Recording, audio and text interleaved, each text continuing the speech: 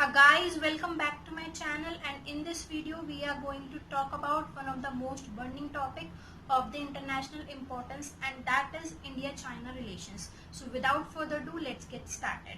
So पहले बात करते हैं हिस्टोरिकल बैकग्राउंड की। 1947 में भारत आज़ाद हुआ था, सबको पता है, और उसी के साथ 1950 में चाइना ने तिब्बत का एनेक्सेशन कर लिया था, इस बात का हवाला देते हुए कि तिब्बत पहले से ही किसी न किसी चाइनीज डायनेस्टी के अंडर गवर्न रहा है, तो कल्चरली और हिस्टोरिकली जो तिब्बत है वो चाइना से इफेक्टेड है। उस टाइम पे इंडिया ने भी इस बात का कोई भी विरोध नहीं किया था, और जिसके चलते इंडिया का और चाइना का बॉर्डर सेम मिल गया था, क्योंकि जो बफर स्टेट था बीच में, दैट इज तिब्बत, वो चाइना में एनेक्स हो गया था। अब बात करते हैं कि ऐसे कौन कौन से एरियाज हैं जहाँ पे बॉर्डर को लेके डिस्प्यूट रहा है बिटवीन इंडिया एंड चाइना। पहला आता है अरुणाचल प्रदेश, जिसको पहले नॉर्थ ईस्टर्न फ्रंटायर एजेंसी बोलते थे, यानी कि नेफा एरियाज। वहाँ पे जो हिमालयाज की सबसे ऊंची रेंज है, वहाँ पे लेके बॉर्डर को इंडिया में और चाइना में बहुत ज़्यादा डिस्प्यूट रहा है ब्रिटिश टाइम से ही। जब इंडिया में ब्रिटिशर्स का राज था, उस टाइम पे ब्रिटिशर्स ने जो हाईएस्ट पीक थी हिमालय की, उसको इंडिया का और चाइना का बॉर्डर डिसाइड किया था, जिसको मैकमोहन लाइन भी कहा जाता है आज भी। और दूसरी जगह है अक्साई चिन, जो कि नॉर्थ में है, लद्दाख से थोड़ा सा ऊपर एक जगह है अक्साई चिन, जहाँ पे बहुत ज़्यादा पॉपुलेशन नहीं रहती है, क्योंकि वो जो जगह है बहुत ज़्यादा ऊंचाई पे है, इसलिए उसको डोमिनेट करने के लिए पहले कभी भी इतनी ज़्यादा लड़ाई नहीं हुई। लेकिन अक्साई चिन को इंडिया हमेशा से ही अपना पार्ट मानता रहा है। अब बात करते हैं कि जब 1950 में एनेक्सेशन कर लिया चाइना ने तिब्बत का, उस टाइम पे इंडिया ने इस बात का कोई भी विरोध नहीं किया, और 1954 में इंडिया और चाइना के बीच में एक अग्रीमेंट साइन हुआ, जिसको पंचशील अग्रीमेंट कहते हैं, यानी कि 5 प्रिंसिपल्स ऑफ पीसफुल को एग्जिस्टेंस। यानी कि जो दोनों देश हैं वो एक दूसरे की सोवरेनिटी को मानेंगे, संप्रभुता को मानेंगे, कभी भी कि चाइना ने एनेक्सेशन किया है तिब्बत का, इस बात के बारे में किसी भी इंटरनेशनल फोरम पे कोई बात नहीं करेंगे और एक दूसरे के साथ वॉर नहीं करेंगे। ये सब था इसमें पीसफुल को एग्जिस्टेंस के एग्रीमेंट में। क्योंकि अक्साई चिन को भारत अपना हिस्सा मानता रहा है हमेशा से ही, तो और चाइना भी इसको अपना हिस्सा मानता रहा है। 1956 में चाइना ने एक हाईवे बनाया G219, जो अक्साई चिन को कनेक्ट करता था जिंगजियांग एक जगह है चाइना में, वहां से। इस बात का पता भारत को 1959 में, यानी कि 3 साल बाद चला, और उसी टाइम पे एक और घटना होती है, तिब्बत में अपराइजिंग हो जाती है, जिसको चाइनीज मिलिट्री क्लैश कर देती है। और उस अपराइजिंग के चलते क्या होता है, वहाँ के लोगों के ऊपर बहुत ज़्यादा एट्रोसिटीज़ होती हैं, जिसके चलते दलाई लामा, जो वहाँ के रिलीजियस और पॉलिटिकल दोनों लीडर थे, वो वहाँ तिब्बत छोड़ के इंडिया आ जाते हैं, और इंडिया उनको शरण दे देता है। तो चाइना कहता है इंडिया से कि आप दलाई लामा को वापस कीजिए, लेकिन इंडिया ये करने से मना कर देता है। तो इंडिया में और चाइना में और ज़्यादा डिस्प्यूट बढ़ जाता है। पहले ही G219 को लेकर डिस्प्यूट था, और अब दलाई लामा को लेकर और डिस्प्यूट होता है। तो 1959 से लेकर 1961 तक, जब तक वॉर नहीं होती है 1962 की, तो 1959 से लेकर 1961 तक इंडिया के और चाइना के दोनों के बीच में बहुत ज़्यादा नहीं, मतलब मुठभेड़, स्क्रिमिशेस जिसको बोलते हैं, चलती रहती थी बॉर्डर पे। इसी के बीच में 1960 में Jawaharlal Nehru president at that time, prime minister at that time, एक फॉरवर्ड पॉलिसी लेके आते हैं। फॉरवर्ड पॉलिसी का मतलब यहाँ पे ये था कि जिन एरियाज में पहले जो हमारी मिलिट्री थी वो सिर्फ पेट्रोलिंग करती रहती थी, अब वो फ्रंटायर एरियाज को ऑक्यूपाई करना शुरू कर देगी, वहाँ पे अपनी चौकियाँ बनाना शुरू कर देगी। तो इंडियन मिलिट्री ने यही करना स्टार्ट किया, अक्साई चिन में भी और मैकमोहन लाइन पे भी अपनी चौकियाँ बनाना स्टार्ट कर दिया, फ्रंटायर एरियाज को बनाना शुरू कर दिया, फ्रंटायर एरियाज को ऑक्यूपाई करना शुरू कर दिया। ये देख के चीन बौखला गया, और उन्होंने प्रपोजल दिया जवाहरलाल नेहरू को पीसफुल नेगोशिएशन करने के लिए, इस मामले का निपटारा करने के लिए, कि आप जो अक्साई चिन वाला एरिया है वो हमें दे दीजिए, और नेफा एरियाज, यानी कि जो आज जिसको हम अरुणाचल प्रदेश कहते हैं, उन एरियाज पे आप अपना कायम रखिए, वहां पे आप रहिए।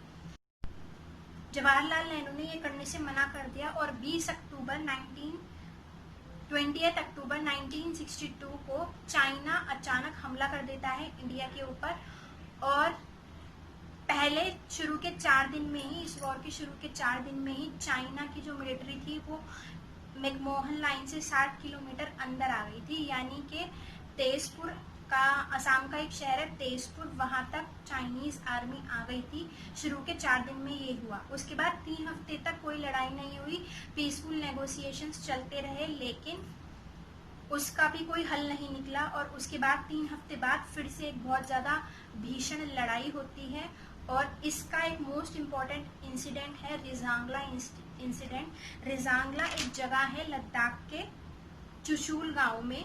यहाँ पे एक हवाई पट्टी थी जिसको चाइनीज मिलिट्री ने कैप्चर करने की कोशिश की थी, लेकिन इंडिया के 123 जवानों ने, जिनका नेतृत्व मेजर शैतान सिंह कर रहे थे, चाइना के 1000 जवानों को मार गिराया और उस हवाई पट्टी को कैप्चर नहीं होने दिया, जो एक बहुत बड़ा इंसिडेंट माना जाता है 1962 के वॉर में।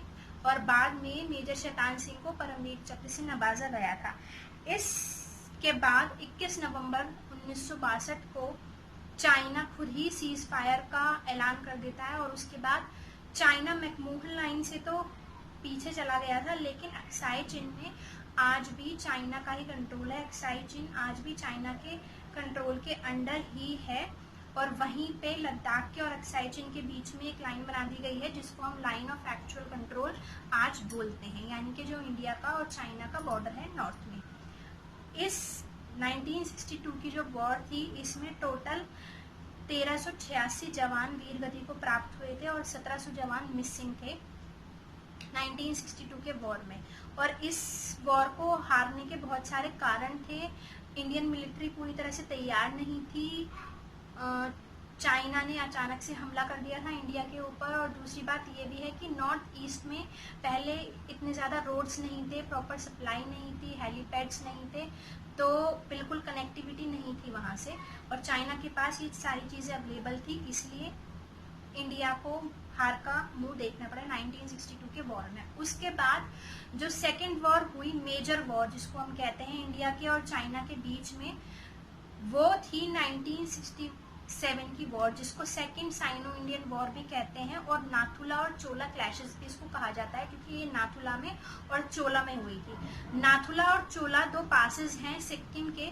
नाथुला जो है वो हिस्टोरिकल इम्पोर्टेंस से भी बहुत इम्पोर्टेंट रहा है, क्योंकि नाथुला को ओल्ड ट्रेड रूट भी कहा जाता है, मतलब उसी के जरिए ब्रिटिशर्स के टाइम पे उसी के जरिए ट्रेड होता था, और ओल्ड सिल्क रूट भी इसको कहते हैं, क्योंकि जो नाथुला है वो सीधा लहासा से कनेक्ट करता है इंडिया को। लहासा तिब्बत की कैपिटल है, तो वहां से कनेक्ट करता है सीधे इंडिया को। ये जो क्लैशेस हुए थे, इसको क्लैशेस ज्यादा बोलते हैं, वॉर कम बोलते हैं, क्योंकि नाथुला में जो लड़ाई हुई थी वो 4 दिन की थी। 11 सितंबर को शुरू हुई थी और 15 सितंबर को खत्म हुई थी, और चोला में सिर्फ 1 दिन की लड़ाई हुई थी।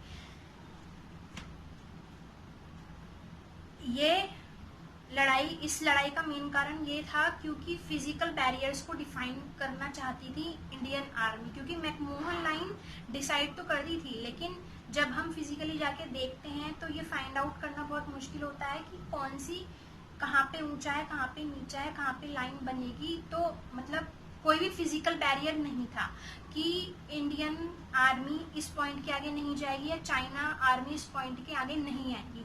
तो उन्हीं बैरियर्स को डिफाइन करने के लिए जो इंडियन आर्मी थी वो 20 अगस्त से उन्होंने तार बिछाना शुरू किया अपने, जहाँ पे उन्होंने लगा कि ये हमारी लाइन है। इसी बात में चाइनीज आर्मी बार बार आके इंटरफेयर करती थी, मुठभेड़ होती थी, हाथापाई होती थी, लेकिन 20 अगस्त से और 10 सितंबर तक कोई भी गोलियां नहीं चली, फायर नहीं हुआ था, मुठभेड़ होती थी, सिर्फ हाथापाई होती थी।